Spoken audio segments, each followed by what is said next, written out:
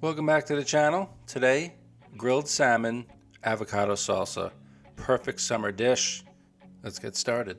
A couple of salmon fillets, and for this grilled salmon, I'm going to remove the skin. If you want to leave the skin on, feel free. I just find that on the grill it doesn't get as crispy.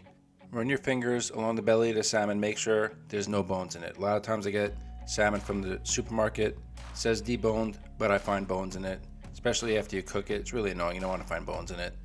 So to remove the skin, I'm going to put my knife there, aim down towards the skin. We don't want to cut the flesh of the salmon. Run your knife along, carefully remove the skin. Once that skin's removed, we want to put this on a paper towel, on a tray, let it air dry in the fridge for a while because a dry salmon, much less chances of sticking. So let this hang out, pat it down dry. Air dry in the fridge will be the best thing, about an hour or so. We'll leave that in there while we prepare the avocado salsa. I'm going to grab about a pound of tomatoes, cut these down, remove the stems. You could use any kind of tomatoes you like. Cherry tomatoes work, Roma tomatoes, beefsteak tomatoes. I got these at the supermarket because they were on sale. So just cut that down, take the stem off, and then what we're going to do is I want to remove the seeds. Seeds have a lot of moisture in them, and it's going to give the avocado salsa, too watery of a texture. We don't want this to be like guacamole. Look at all that juice. Take all that out, remove that. You can save that for a tomato sauce or something. And then I'm trying to cut these down. They don't have to be very small, like a large dice. Don't go too crazy on the size. Just make sure they're all relatively the same size. And then we'll just set them aside, put them in the bowl here. Can't have avocado salsa without the avocados. 3 ripe avocados. Make sure the avocados are ripe. If they're too firm, it's not going to work out. So just make sure they're ripe. Cut them down the middle. Take that stem off. Run your knife along the back of the skin in the middle here, and then just remove the skin. It should come right off.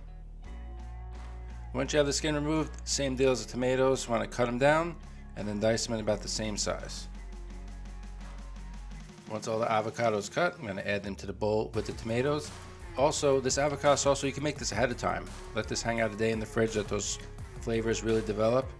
Next, I'm going to take the juice of half a lime, add that in. This will help prevent the avocados from oxidizing. Another trick here is put the avocado pit in with them, and it'll prevent them from oxidizing as well. 1 jalapeno, remove the seeds.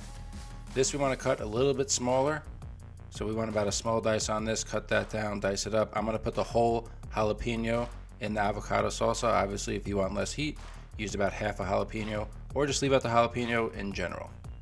Or if you want a milder taste, a poblano works. 1 cup of corn. This is just frozen corn that I heated up, cooled it down, add that in for sweetness. A couple of tablespoons of olive oil, salt, pepper to taste, garlic powder, and then a little bit of good sherry vinegar. If you don't have that, you could use red wine vin. Some basil, cut that nice, add that in. Parsley works, cilantro works really well. Also, I found mint works really well also, but I got a ton of basil in my garden, so I'm going to put the basil in there and give that a good stir, and this avocado salsa will be ready to go. Oh, I forgot the red onion. Add half a red onion. You want to small dice that, add that in there, and then this avocado salsa will be ready to go. Just give that a good mix. You can see the consistency here. We're not making guacamole. We want it to look like a salsa like this. You can see all the ingredients. The avocado is not mashed. That looks perfect. Just make sure at this point you give it a taste and adjust the seasoning or the heat level if you want. You could add some more crushed red pepper or Aleppo pepper if you want to bump up the spice on the avocado salsa. But this is ready to go. We'll put that aside. Get the grill preheated, and we're almost ready to put the salmon on here. I'm going to put some asparagus with this dish as well, just a little olive oil, salt, and pepper. Bring back the salmon that we air dried, and I'm going to season it with a little bit of Old Bay. I love Old Bay on any seafood. Really nice flavor, combination of seasonings and spices. Get this in the market.